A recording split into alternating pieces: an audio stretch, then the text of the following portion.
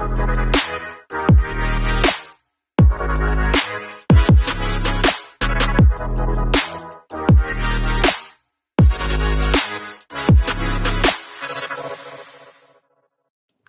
me ask you a quick question.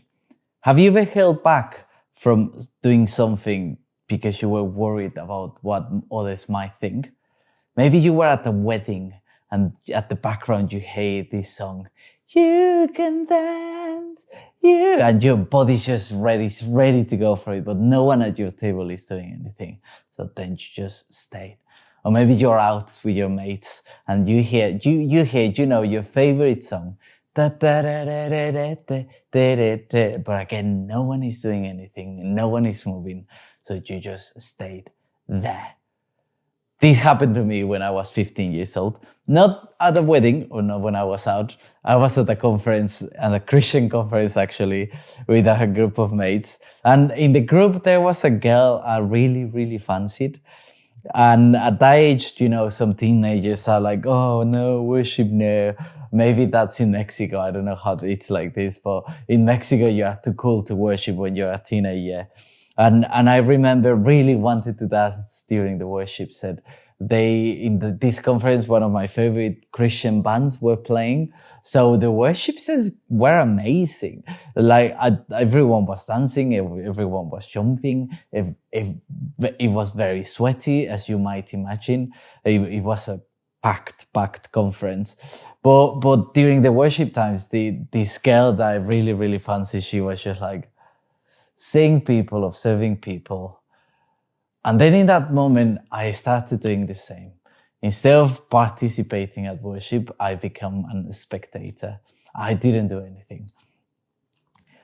The day finished, we all went home and I just went back home and said like, "Oh man, why did I do that? Why was I so worried about this girl stop fancying me because I was jumping?" The next day came by and she wasn't there. So I just went for it. As you might imagine, I was jumping, I was dancing, I was really, really sweaty. And on the third day, there was the third day at the conference, she came back and she asked me, "Did you dance yesterday?" Because I was more alive during the third day in the worship time. And I was like, "Yes, I did." So by that point of the conference, I stopped caring what she thought. And I, instead of being a spectator, I become part of the worship time. And today's passage, we're going to see sort of a similar story. We are going to read 2 Samuel 6. And it's about David worshiping. We are in the story of David. For those who haven't clicked, we have been talking about David. Right now, the times are doing great. But I guess today's passage is so relevant because let's be honest, sometimes we worry about what other things think when we worship. Maybe we don't lift our hands because we don't want to stand out. Who wants to stand out when no one is doing it? Maybe we hold back from singing loudly because we don't want to sound off key. And by the way, when I came to the UK, that was one of the first things I realized. How amazing we sing in the UK. The whole church is so good at singing. It's not like that in Mexico, but people go for it. They just go for it. They don't sing on key. They sing very, very loud. Maybe we don't kneel because no one else is doing it. And why are we gonna do that? But I just want to bring something to perspective today, because worship is not about what other things, but it's about honoring God with everything. And David faced this dilemma. He could have held back, but instead he danced with all his might before the Lord. And in the passage, we're going to see also about his wife, Michal, saw his worship and despised him. Sounds really exciting. So let's look at 2 Samuel 6 and see what we can learn from David's worship. As a little bit of a recap, last week we looked at chapter 5. This week we're in chapter 6. not many things have happened, but wars, and David was crowned, but then many wars. And in this passage, we're gonna see him bringing the ark of the covenant, the ark where God's presence was inhabited, and that was for the people of Israel. This was taken from the Israelites. The Philistines took it, and in this passage, David brings the ark. So let's pause the video and let's read in your small group 2 Samuel 6. It's not a long passage. If you can bring a different version, 2 different versions will be good. So pause the video and I'll see you in a bit.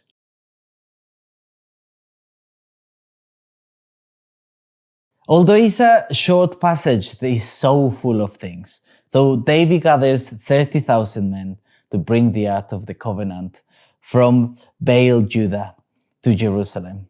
The Israelites celebrate with music, singing and dancing as they transport the Ark on the new cart. Along the way, the oxen stumble and Uzzah reaches out to steady the Ark. Then God strikes him dead for touching it, causing fear and grief. I'm not gonna go further away. You have already read it, but I guess we have in this passage 2 different things. The same thing, but 2 different outcomes. It's like when you go to the movies back in the days, they have like the alternative ending. One is the regular ending and the other one is the alternative ending. So let's go for the regular ending where things didn't go really, really well. When David transported the ark on the new carts, this is not really how God commanded it to be carried. If you want to go, or if you want to write down and you want to see the reference, you can go to Numbers 4:15. That's where you see in the law how the ark was meant to be carried. And then the oxen stumble, Uzzah reaches out to the ark and God strikes him death. So the first attempt to bring the ark failed because David didn't follow God's instructions. God commanded that the ark be carried on poles by Levites. Again, go to Numbers 4:15 or Deuteronomy 10:8. And instead, David put it on a new cart. This is what the Philistines did. If you want to see the reference, 1 Samuel 6:7-8. He did exactly the same as the bad guys basically did. And when Uzzah touched the ark to steady it, God struck him dead. Why did God respond this way? And it's quite challenging to wrap and we have talked about this in the past. We have talked about God's holiness. We have talked about God's fire always leading to holiness. And the ark represented God's holy presence. And it couldn't be handled carelessly. We can read in the law all the different rituals and all the ceremonial rituals and all the different things that the people of Israel needed to do to cleanse and the priest before entering God's presence. Not only because of sin, but also to be purified because they were impure. And in this moment, what Uzzah did was to touch the holy presence of God without any preparation. And Uzzah wasn't acting in rebellion, but he assumed his way was acceptable to God. And the reality is that passion without obedience is dangerous. Just because our worship is sincere doesn't mean it's right. And I wonder what are the areas in our worship where we assume God is pleased without actually seeking His will. Sometimes we assume that God will bless what we do without asking Him first. And this is what David does. He just gets really excited about all the battles that he's been winning. He wants to install the capital in Jerusalem. And he just says, I'm going to bring the ark. But was that really God's will in that moment for David, for the people of Israel? But David was enthusiastic but careless. He thought he was honoring God, but he didn't follow God's way. And the reality is that true worship aligns our will with God's will. It's not about doing what feels right to us, but it's about asking God, God, how do you want me to worship you? This might resonate with something we've been doing in the past Sundays at G2. So let's go to the second ending. Although not the second, let's carry on with the story. After Uzzah's death, David paused and reflects. He started thinking, what happened? Is it that God doesn't want us to bring the ark? Just in that moment, he started asking the right questions. And after 3 months, God blesses Obed-Edom's household. Imagine the holy presence of God wherever it's bringing freedom to that household, is multiplying to the house of Obed-Edom. So David tries again, but this time he does it differently. He follows God's instructions that we can see in 1 Chronicles 15, 13 to 15. He realized the problem wasn't the ark, but it was the way he handled it. The second time, he followed God's instructions, and this time, the procession was filled with joy and God's blessing. So the first attempt, David was enthusiastic but independent, and his second attempt, he was joyful and obedient. Because true worship comes from surrender. It comes from aligning our will with God's will. But do we worship on our own terms, or do we ask God how he wants to be worshipped? And I guess this is what we've been doing in our community for the past couple of months, because we're trying to learn, we're asking God, teach us how to worship you. What we see about David's worship, if we talk about the different characteristics that we read on the story about his worship, is first, we see that he dances with all his might, wearing a linen ephod.